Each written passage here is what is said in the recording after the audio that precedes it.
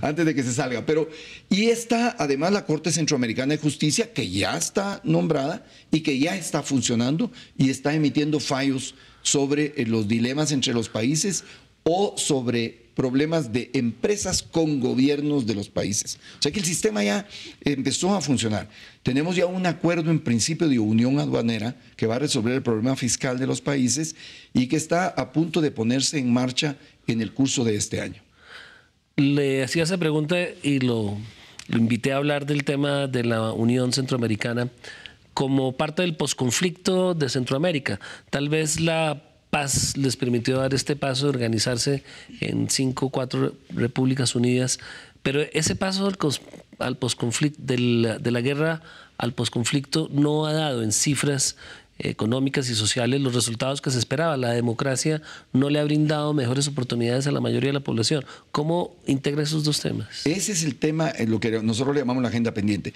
El proceso de paz y la democracia sí creó, y este nuevo proceso de integración que surge a partir de la voluntad política de los presidentes, que eso es el motor en este momento de la integración centroamericana, no son las razones económicas, no son motivos de estrategia internacional, sino que decisiones políticas para integrar a los países, creó crecimiento económico, un crecimiento económico sostenido, al punto que para todos los países centroamericanos uno puede tener, bueno, el primer mercado de cada país centroamericano es los Estados Unidos, o puede ser ahora para Costa Rica, va a ser seguramente China, pero el segundo mercado más importante de América Central de cada uno de los países es Centroamérica, porque el crecimiento económico aumentó las cifras de una manera verdaderamente impresionante. Después del conflicto. Después del conflicto. Es decir, el conflicto tenía el crecimiento económico, varios países de América Central, incluyendo Guatemala, estábamos decreciendo, el Producto Interno Bruto estaba a menos 2%. Wow.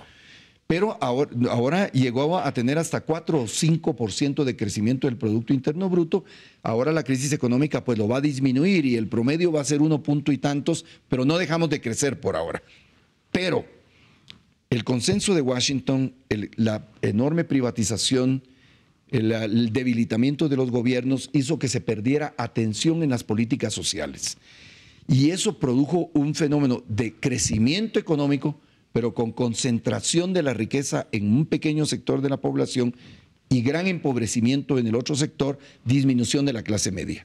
Y esto está creando entonces un peligro en el posconflicto se está creando un enorme peligro para la paz, que es la problemática social.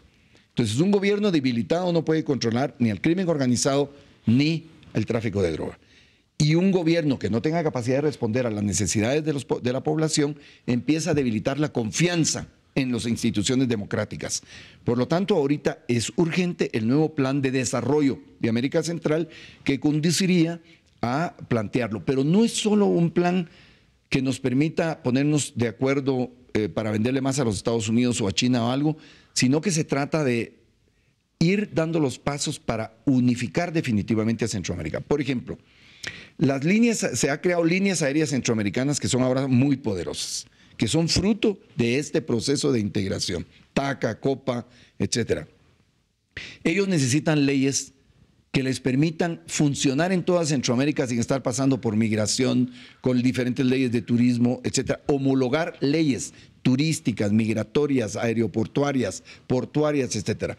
Homologar leyes culturales. Por ejemplo, la misma cultura, la misma educación en toda América Central, para que si yo soy abogado, pero me recibí en Guatemala, puedo ir a trabajar a Costa Rica o a Honduras sin ningún problema y las empresas puedan contratar a su personal a lo largo de toda Centroamérica.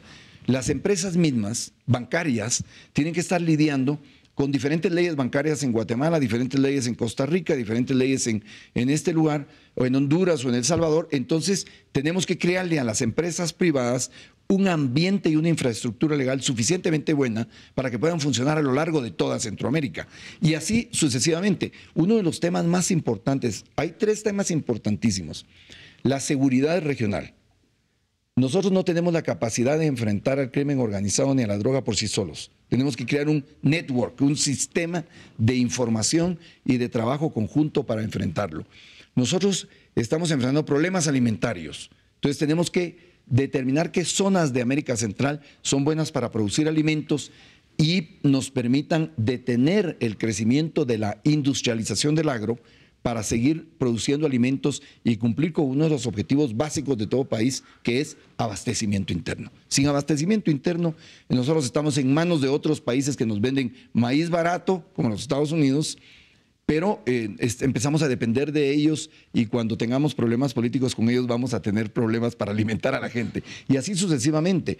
Entonces, en la primera etapa, Esquipulas 5 años plazo, después de, digamos que hay como 5 etapas. La primera etapa es el acuerdo, porque ya nosotros comprobamos en América Central que si hacemos las cosas de común acuerdo, funcionan.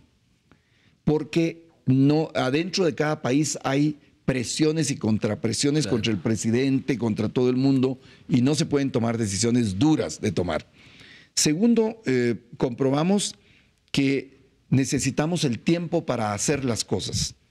Y tercero, que algunos proyectos solo son financiables si hay estabilidad legal, jurídica, y si se pueden hacer joint ventures para hacerlos. Le voy a poner un ejemplo. Nosotros tenemos una alternativa. El canal de Panamá es un elemento crítico para Panamá.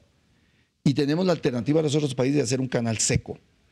Pero en lugar de hacer un canal seco que compita con el de Panamá, lo que debemos hacer es un joint venture para que repartamos las utilidades de los dos canales en todos los países. Sea un complemento. Un complemento de todos y no una competencia interna, igual que los espárragos.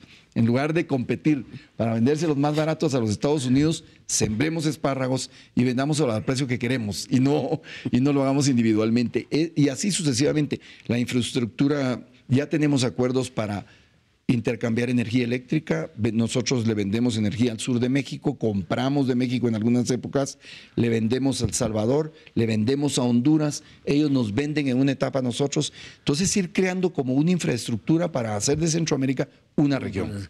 ¿Por qué modelos como el de Brasil, el presidente Lula, que cuando llegó al poder tenía una pobreza también bastante elevada, la ha bajado más de 14 puntos, no son aplicables en Centroamérica? Porque esas políticas no permiten una disminución de la pobreza y una mayor igualdad social y económica. De hecho, sí son aplicables. En Guatemala, el proyecto de transferencias condicionadas está siendo aplicado por el presidente Colón con mucho éxito y está permitiendo que él... Las transferencias condicionadas, ¿por qué no nos las explica, presidente? Las transferencias condicionadas son aportaciones bueno, en la población, digamos, hay, para ponerlo en términos muy simples, 4 grandes niveles de población. La gente con muchas capacidades, muchos recursos y acceso al crédito, y que pueden poner grandes empresas, medianas empresas, y eso está bien. Crea fuentes de empleo y produce. El único problema es que producen básicamente para exportación. Pero está bien. Bueno, el segundo nivel es la clase media, que es la que fomenta mediana empresa y trabajo individual, de profesionales, etcétera, prestación de servicios, que también tienen algún nivel de acceso al crédito, pero no suficiente. Es decir, están pagando en América Central por lo menos créditos de intereses muy altos. Y entonces esto los está empobreciendo. Costos muy altos de vida, muchos intereses y están teniendo problemas. Hay un nivel de pobreza que son los obreros, etcétera, pero que tienen trabajo, y el otro nivel que es la gente que no tiene nada, ni trabajo, ni forma, y que son los pobres extremos.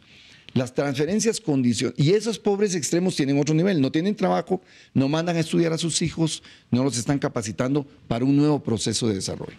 Entonces, una transferencia condicionada es una aportación pequeña, económica a la familia, para comprometerlos con algo. Por ejemplo, nosotros teníamos la apertura de caminos vecinales a cambio de comida y trabajo. Entonces, trabajaban y se les pagaba su salario, parte en comida y parte en trabajo. ¿Qué es la condición? La condición es que ellos lleguen a hacer trabajos en beneficio de la comunidad. Y en este caso el presidente Colón está siguiendo un poco la línea de Lula y se están empezando a aplicar en El Salvador y en Nicaragua.